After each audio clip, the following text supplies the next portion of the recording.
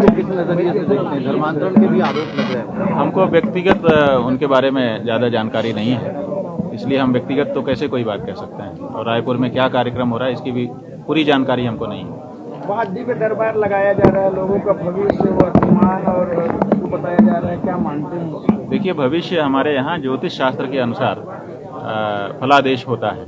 हमारे यहाँ जो ज्योतिष है वो त्रिस्कंद माना गया है। उसमें एक होरा शास्त्र भी है। होरा शास्त्र का मतलब है जन्म कुंडली बनाई जाती है या प्रश्न कुंडली बनाई जाती है और उससे भविष्य, हमने अभी बताया ना कि ज्योतिषी मठ के संदर्भ में हमने ज्योतिषियों से पूछा तो उन्होंने प्रश्न कुंडली बना करके कहा कि ऐसा करने से हो जाएगा।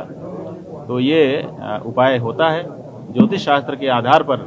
अगर वहाँ कोई भविष्य कहा जा रहा है तो वो शास्त्र की कसौटी पर है, उसको हम मान्यता देते हैं। हमारा ये कहना है कि जो भी धर्म गुरुओं के द्वारा कहा जाए, अभी हमने भाषण में भी यही कहा है कि जो भी धर्म गुरुओं के द्वारा कहा जाए वो शास्त्र की कसौटी पर कसा हुआ होना चाहिए, मनमाना नहीं होना चाहिए।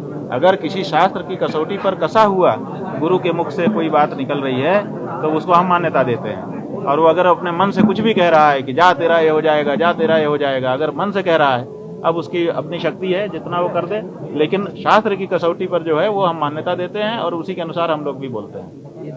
मनमाना बोलने के लिए हम अधिकृत नहीं है, ना मनमाने को हम हाँ कहते हैं। सनातन धर्म खतरे में नहीं है, क्योंकि सनातन धर्मी दृढ़ता से अपने धर्म का पालन कर रहे हैं। हाँ, ये जरूर है कि सनातन धर्म ऐसा धर्म है जिसको ख़त्म करने के लिए बहुत सारे लोग हर समय प्रयास करते रहते हैं।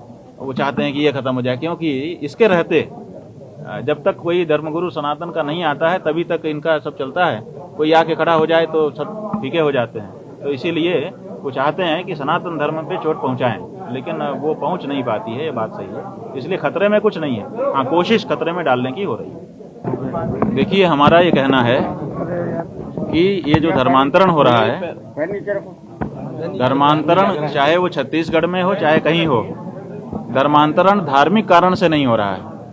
जो धर्मांतरण कराने वाले लोग हैं वो भी इसके लिए नहीं करा रहे हैं कि लोग धार्मिक रूप से ऊंचे उठ जाएं। उनका भी उद्देश्य राजनीतिक है। वो पूरे विश्व में अपना राज्य स्थापित करने के लिए अपनी संख्या बढ़ा रहे हैं, क्योंकि आजकल संख्या का महत्व हो गया है राजनीति में। जो धर्मांतरण का विरोध हो रहा है वो भी धार्मिक कारणों से नहीं हो रहा है, वो भी राजनीतिक कारणों से हो रहा है कि हम जब धर्मांतरण का विरोध करेंगे तो कुछ लोगों को ये बात अच्छी लगेगी, तो कुछ लोग हमारे वोटर बढ़ जाएंगे। तो जो धर्मांतरण हो रहा है वो धार्मिक कारण से तो हो ही नहीं रहा है। ये है, धर्म और राजनीति दोनों अलग विषय हैं। हमारे यहाँ सनातन धर्म में धर्म और राजनीति को अलग रखा गया है।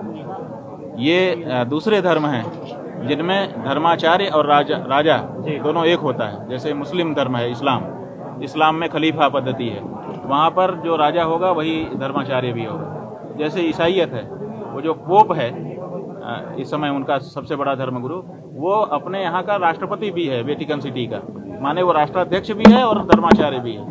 तो ये ईसाईयत में है कि धर्माचार्य और राजा राष्ट्रपति एक होगा, इस्लाम में है, सनातन धर्म में कभी नहीं रहा।